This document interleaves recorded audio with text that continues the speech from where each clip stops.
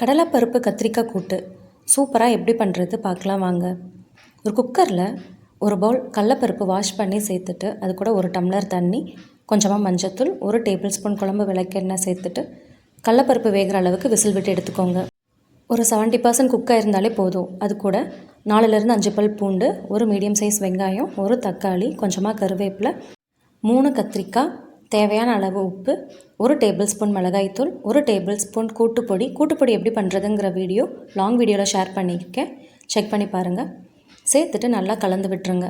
கலந்ததுக்கப்புறமா அதில் ஒரு அரை டம்ளர் தண்ணி சேர்த்து காய் வேகிறதுக்கு ஒரு 2 விசில் விட்டு எடுத்துருங்க. நான் ஒரு பெரிய நெல்லிக்காய் சைஸ் அளவு புளி கரைச்சி எடுத்து வச்சுருக்கேன். காயெல்லாம் நல்லா வெந்ததும் அது கூட சேர்த்துட்டு நல்லா கலந்து விட்டுருங்க. மூடி போட்டு மிதமான சூட்டில் ஒரு 5 நிமிஷம் விட்டு எடுத்திங்கன்னா சூப்பரான கடலைப்பருப்பு கூட்டு ரெடி.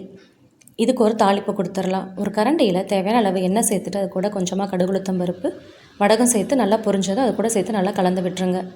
சாதத்து கூட சர்வ் பண்ணும்போது ஒரு டேபிள் ஸ்பூன் நெய் விட்டு சாப்பிட்டு பாருங்கள். டேஸ்ட் அட்டகாசமாக இருக்கும். ரெசிபி பிடிச்சிருந்தா கண்டிப்பாக லைக் பண்ணுங்கள். இன்னும் டிஃப்ரெண்ட்டான ரெசிபிக்கு சேனலை சப்ஸ்கிரைப் பண்ணிக்கோங்க.